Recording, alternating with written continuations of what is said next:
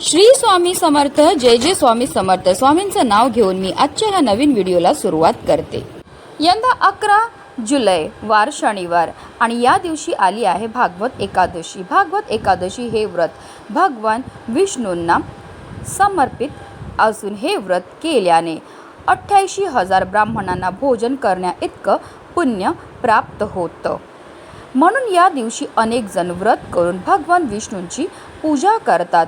यामुळे विष्णूंचा विशेष आशीर्वाद हा प्राप्त होतो, ज्यामुळे जीवनामध्ये सुख आणि समृद्धी वाढते.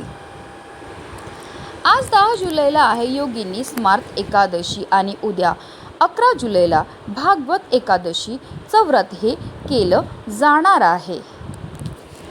तर जी आजची एकादशीचं व्रत आहे ते ऋषी साधू जे असतात ते या एकादशीचं व्रत हे करत असतात.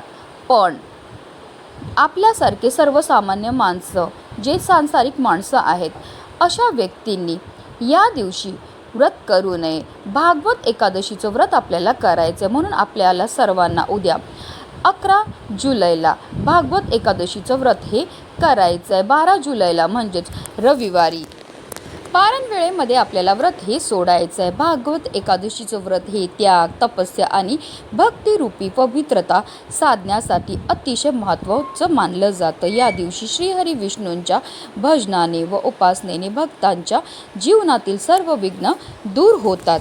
धार्मिकदृष्ट्या हा दिवस अतिशय महत्त्वाचा असल्यामुळे या दिवशी काही प्रभावी उपायांनी सेवा देखील केल्या जातात. आणि म्हणूनच भागवत एकादशीच्या दिवशी तुम्ही व्रत नाही केलं तरीही चालेल, पण प्रत्येकाने तुळशीजवळ ही एक वस्तू ठेवायची. ही वस्तू ठेवल्यामुळे आपल्या जीवनामध्ये असणारी जेवढी पण नकारात्मकता, इडापिडा, शत्रुविडा तदष्ट होणारच आहे. पण आपलं 7 पिढ्यांचं दारिद्र्य नष्ट होऊन आपली कितीही कठीणातील कठीण इच्छा ही साक्षात श्रीहरी विष्णू आणि माता लक्ष्मी पूर्ण करणार. तर ती कोणती वस्तू ठेवायची, कोणत्या वेळेत ठेवायची त्याबद्दल सविस्तर आणि महत्त्वाची अशी माहिती मी तुम्हाला या व्हिडिओमध्ये देणार आहे.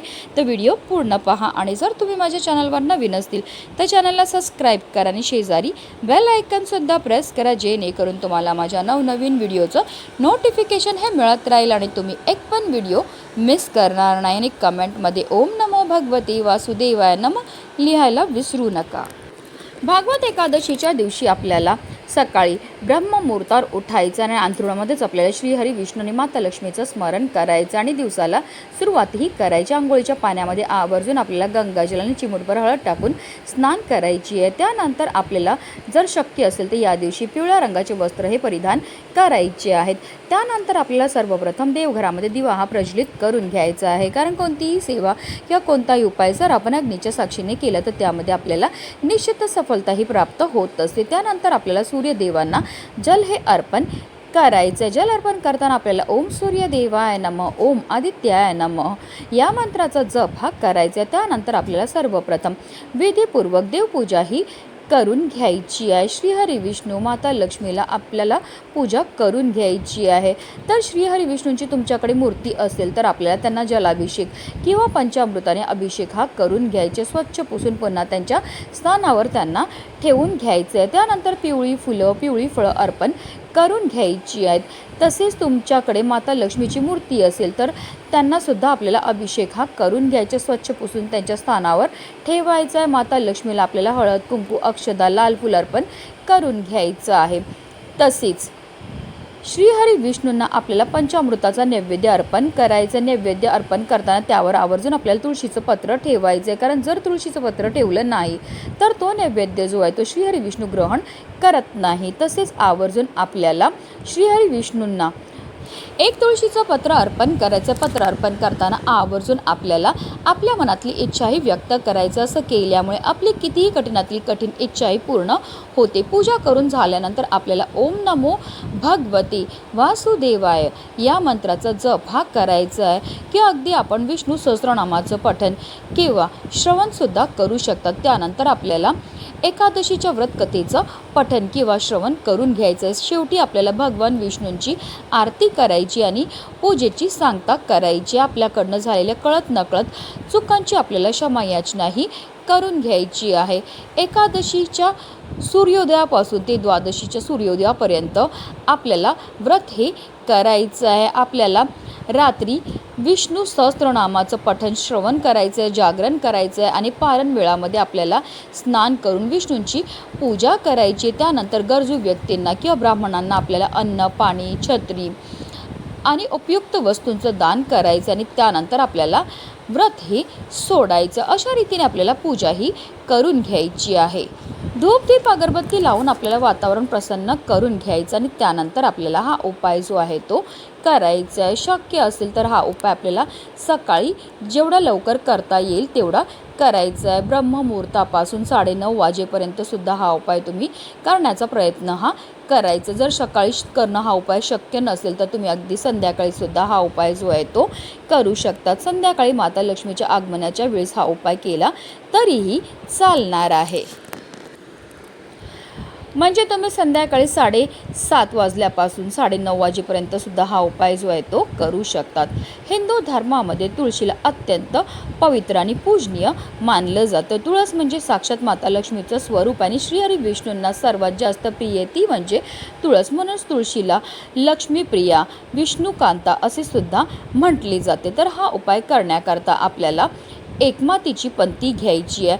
त्या मातीच्या पंतीमध्ये आपल्याला 2 वातीची 1 वात करून लांब वात ही टाकायची आहे. तसेच यामध्ये आवर्जून आपल्याला शुद्ध गाईचं तूपच टाकायचं आहे.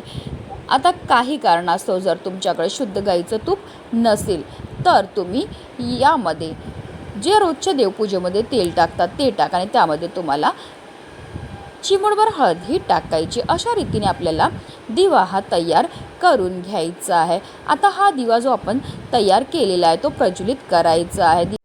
आता हा दिवा जो आहे तो आपल्याला तुळशी मातेजवळ लावायचा आहे. तुळशी मातेजवळ हा दिवा लावताना डायरेक्ट जमिनीवर आपल्याला हा दिवा जो आहे तो ठेवायचा नाही. थोडेसे तांदूळ आपल्याला ठेवायचे आणि त्यावर आपल्याला हा दिवा जो आहे तो प्रज्वलित करून ठेवायचा. हा दिवा तुळशी मातेजवळ लावल्यामुळे आपल्या घरामध्ये असणारी जेवढी पण नकारात्मक ऊर्जा नष्ट होते.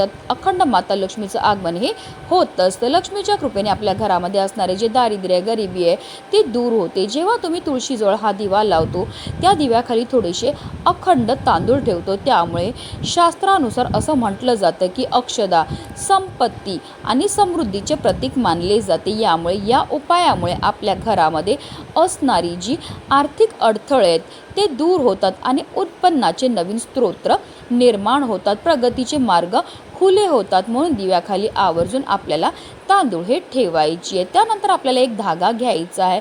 पांढरा सुती धागा घ्यायचा आहे. त्या धाग्याला आपल्याला थोडीशी हळद लावून घ्यायची आहे. थोडंसं कुंकू लावायचं आणि त्याला आपल्याला अगदी लाल पिवळं करून घ्यायचं आहे. किंवा तुमच्याकडे कलावाचा धागा असेल तर तो घेतला तरीही चालणार आहे. त्याचबरोबर आपल्याला एक पिवळ्या रंगाची कवडीसुद्धा घ्यायची. आता तुमच्याकडे पिवळ्या रंगाची कवडी नसेल तर पांढऱ्या रंगाची कवडी घ्यायची आहे आणि त्या कवडीला आपल्याला थोडीशी हळद लावून पिवळं करून घ्यायचं आहे.